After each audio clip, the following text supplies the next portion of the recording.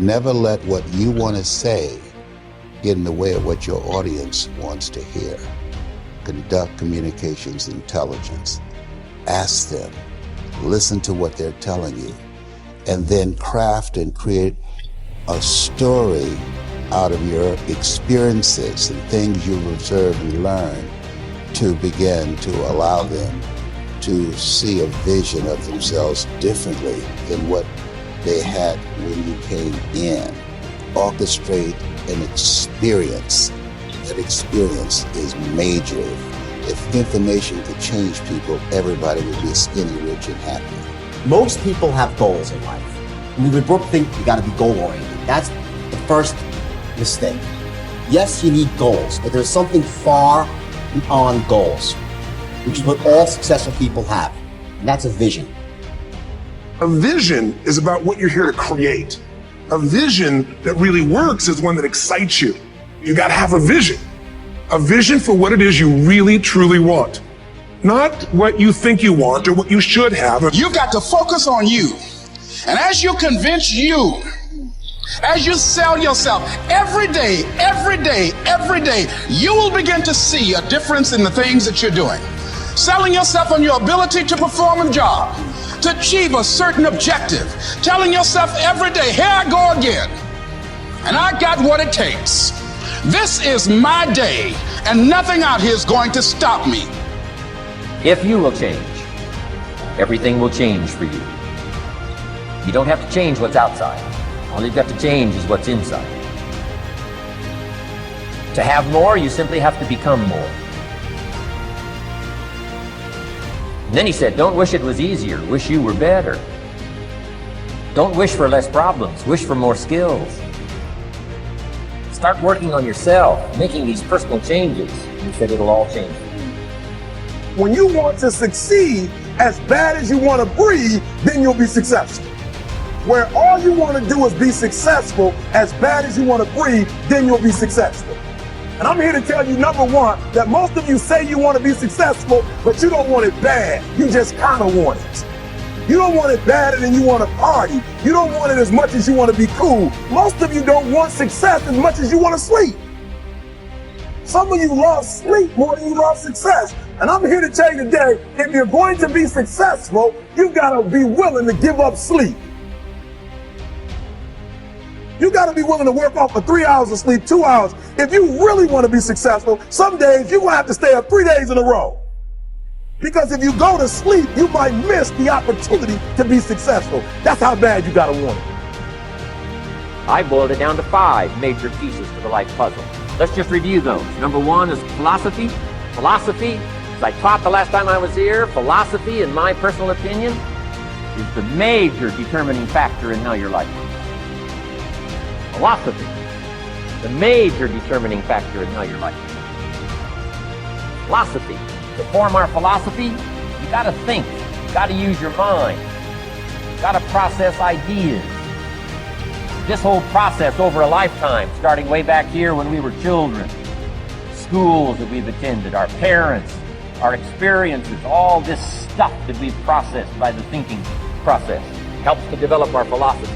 And in my opinion, each person's personal philosophy is the major factor in how your life works.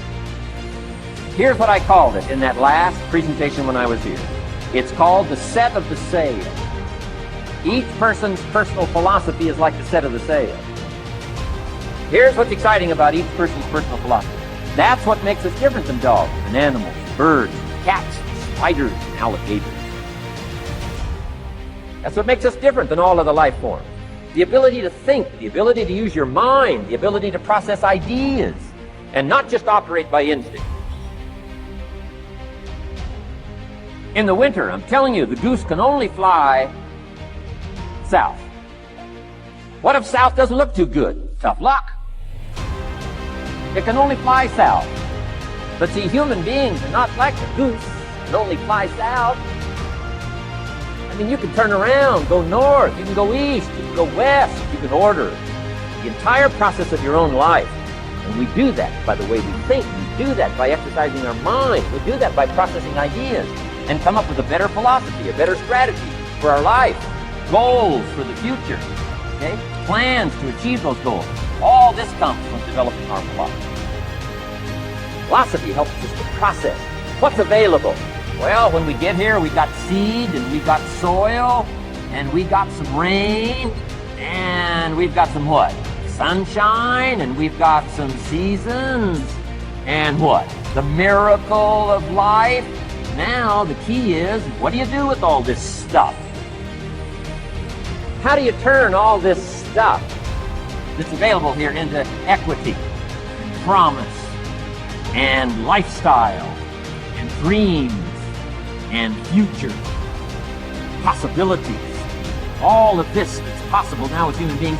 How do you take all this stuff and turn it into this equity value? Well, it starts with philosophy. What is the seed? What is the soil? What is the sunshine? What is the rain? Is it possible to take some of each of all the stuff that's available and turn it into food, turn it into value, and turn it into nourishment, turn it into something spectacular and unique that no other life form can do? And the answer is yes. But you cannot deal with all this stuff and what to do with it unless you start refining your philosophy. Think, use your mind, come up with ideas, and strengthen your philosophy. There is an energy in the universe. There is something that is in each and every one of us. And it's also in the universe. And you are connected to it in a way that is often perceived to be aloof from us, because it's invisible, because it's in the world of what we call spirit, the world that is not material. And I would like to suggest that you suspend your disbelief, allow yourself to know that you're not a human being here having a spiritual experience, but that is the other way around. You're a spiritual being having a human experience. And the quality of your human experience is really much more dependent upon how you use this invisible intelligence and how you connect to this energy. And once you have an awareness that you can never be separate from it, that you and it, and whatever you call it, it doesn't matter. It doesn't matter if you call it God, if you call it divine presence, if you call it soul, if you call it spirit, if you call it consciousness, if you call it Christ consciousness, you can call it Buddha consciousness, you can call it Louise, you can call it Edna, you can call it Ralph. Alan Watts once said that you can't get wet from the word water. It isn't the word that allows you to experience water. And whatever it is that you call it is something that is distinct from what it is. When I was walking in here this evening on these beautiful grounds, I saw some people looking at the flowers and the different plants that were growing. And as they were looking at them, there was one person who was obviously an expert, a botanist of some kind, and he was trying to explain to each one of the people what the name was, the technical name for each one of the flowers. And I was watching that and thinking, it doesn't matter what you call it. Can't you enjoy it? Look at that thing. It's orange, and it just came out of nowhere. There's something very profound about enjoying it and being there with it, rather than being obsessed with labeling it. There was a very famous Danish theologian. His name was Søren Kierkegaard. He once said that once you label me, you negate me. Once you place a label on me and put me into a compartment or a category of some kind, I must then become what it is that you have labeled me to be. So that we want to be able to live our lives and to practice principles of higher awareness without being so consumed with what I call ordinary human awareness. And ordinary human awareness is just the recognition or the belief system that I am a human being. Maybe I'm having a spiritual experience, I'm not quite sure. But higher human awareness, what is sometimes in the East called Siddhi awareness.